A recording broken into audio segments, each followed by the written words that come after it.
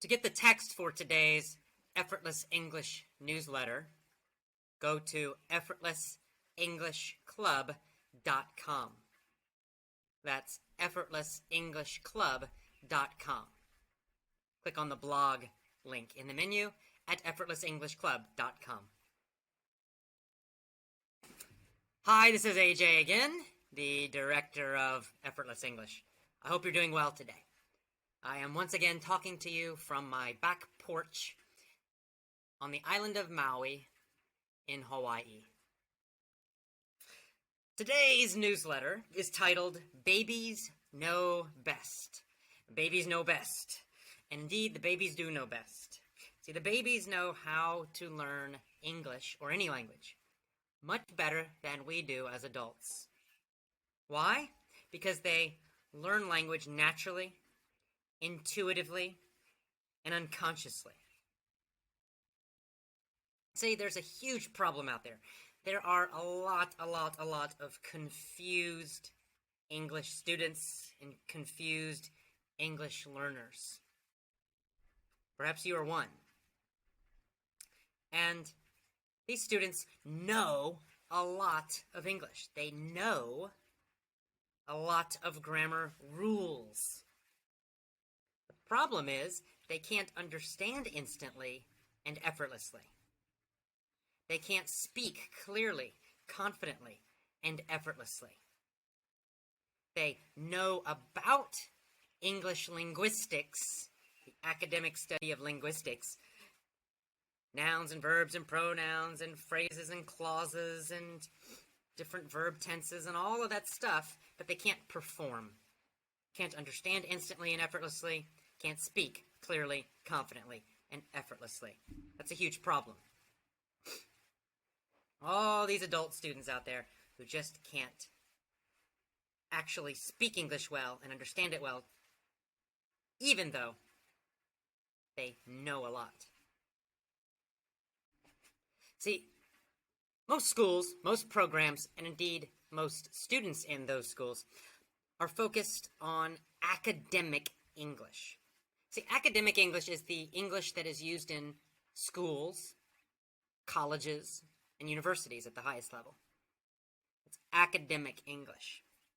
So what are they focusing on? They're focusing on grammar rules. In other words, they are focusing on linguistics, and they're focused on writing. Right? If you think about it, in your English classes in the past, you probably did a lot of writing. You're reading lots of textbooks and you're writing. For your test, you're writing, lots of writing. And not just normal writing, not writing a letter, not writing an email to someone, but actually writing papers, writing essays, things like that. Academic English. Getting ready for the TOEFL exam or the IELTS, things like that. Well, that's academic level English. That is a very difficult kind of English. That is basically a formal, written style of English. And it's not even just formal and written, it's also very specific to schools. So academic English, the English you have learned most of your life probably, is a very small section of normal English. It's a special kind of English that is very formal, that is based on writing, and is used only in schools. And trying to learn that first, focusing on that first, is like trying to run a marathon, 30K or 50K, before you can crawl like a baby. It's backwards, in other words. In schools, in textbooks, in most English programs, the order is wrong. See, babies know better. Babies know best. How do babies learn English? Let's think about this. What do they do first? Let's talk about the steps. What are the steps? What's the schedule that a baby follows? Well, first, a baby focuses totally on listening. Naturally. Right? When they're first born, they can't speak, they can't read, they can't write, but they listen. And for at least a year, they are only listening. They're not speaking at all. They might make some sounds, blah, blah, blah, blah, blah, blah, but they're not speaking words. They're not speaking English, for example, if they're an American baby. What are they doing? They're totally focused on listening. Massive listening. Every day, constantly, they are listening to their parents. If they have brothers and sisters, they're listening to them. Listening. So much listening, constantly, all day, every day. Massive listening is the very first thing they do. They focus totally on that in the beginning for at least a year. But of course, that massive amount of listening continues their whole life. I mean, even now, I'm in my 40s, but I'm still listening to English constantly every day. Hours and hours and hours I listen to English. Every time I watch a TV program or a movie, or every time I have a conversation, I am listening. Every time I have a phone call, so much listening. So, step 1, babies focus totally and completely on listening. Lots and lots of listening. Now, after a lot of listening, what's the second thing they do? Do they start reading and writing? No, they don't. The second thing they focus on or practice is speaking. Of course, they continue listening a lot. They're still listening a lot every single day, but then after a year or more or less, they start speaking.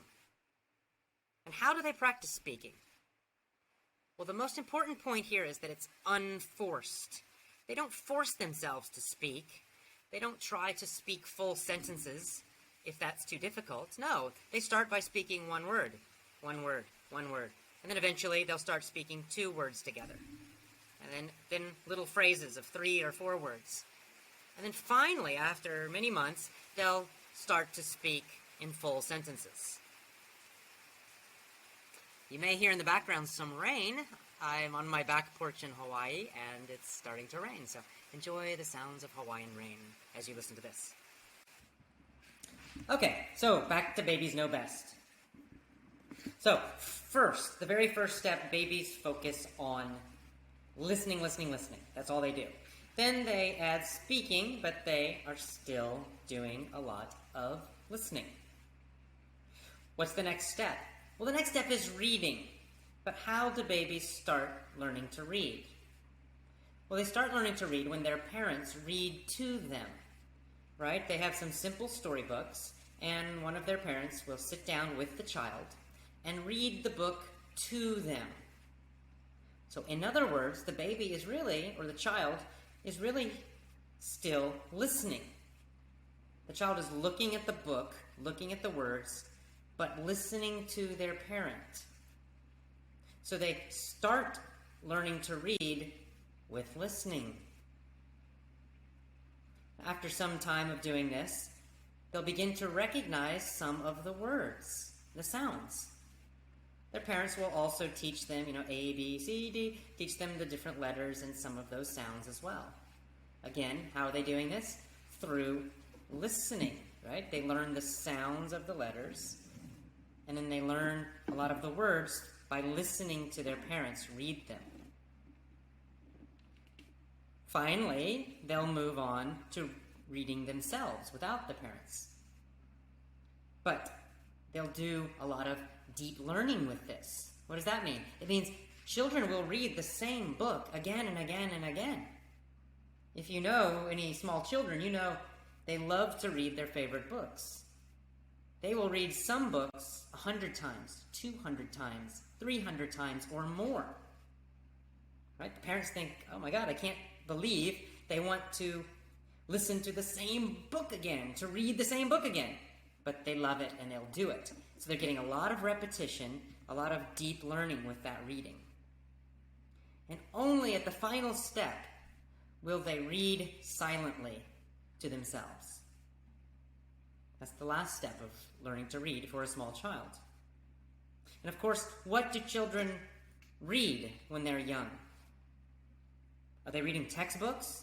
No, of course not. They're reading stories. Stories about magic, stories about, wizards and princesses and all these kind of things, right? These great, funny, interesting, magical stories that are very interesting to them. And then they'll continue reading those, and of course, the storybooks will get more difficult, more difficult, more difficult. They're still focused a lot on reading stories. And only at the end, finally, the last step is writing. Only after they can read, at least some, will they start to learn to write. But again, in the beginning, they are really only learning the physical part of writing.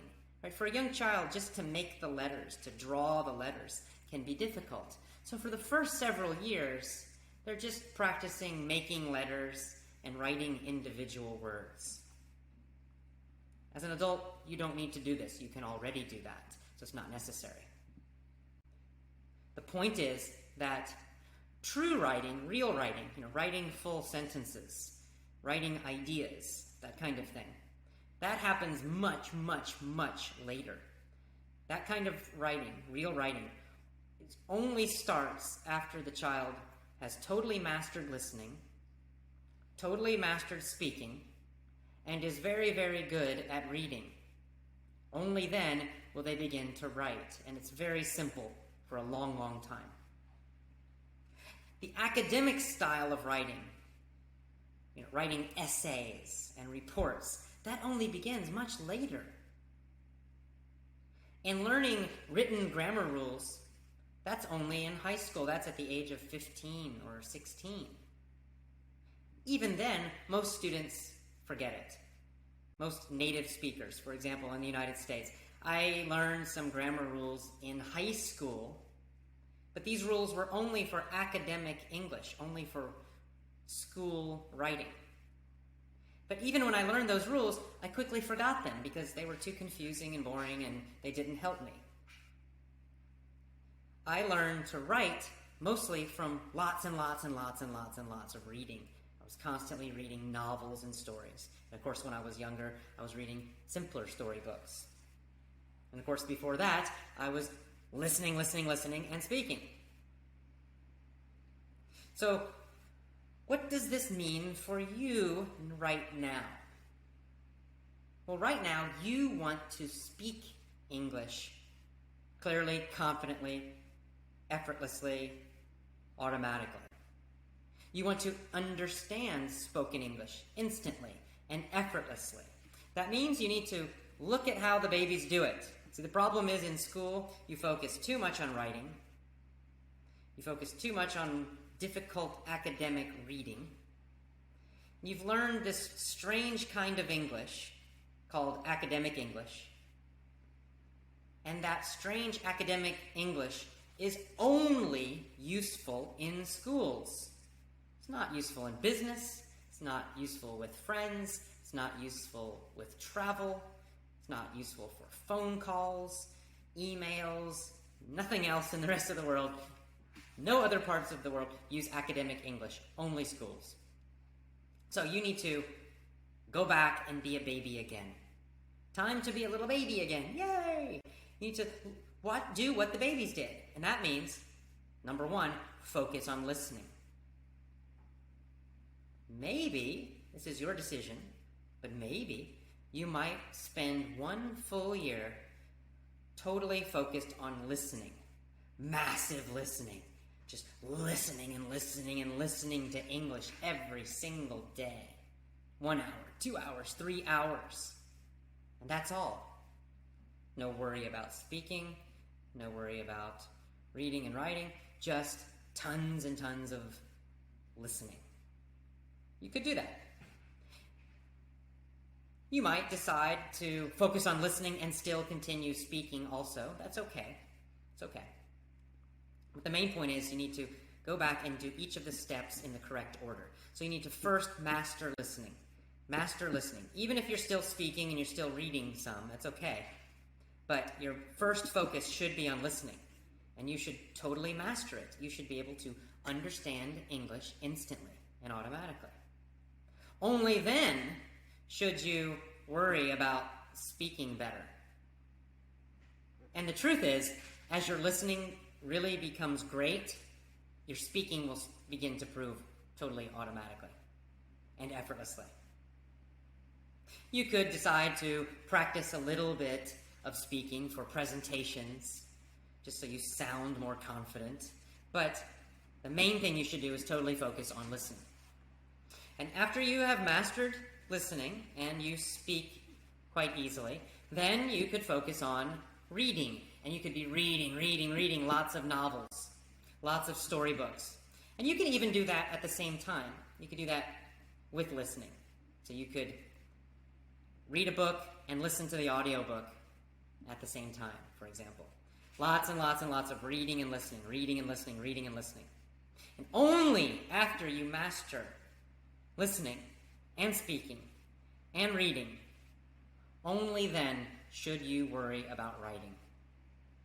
And the good news is, when you master listening and speaking and reading, writing becomes so much easier.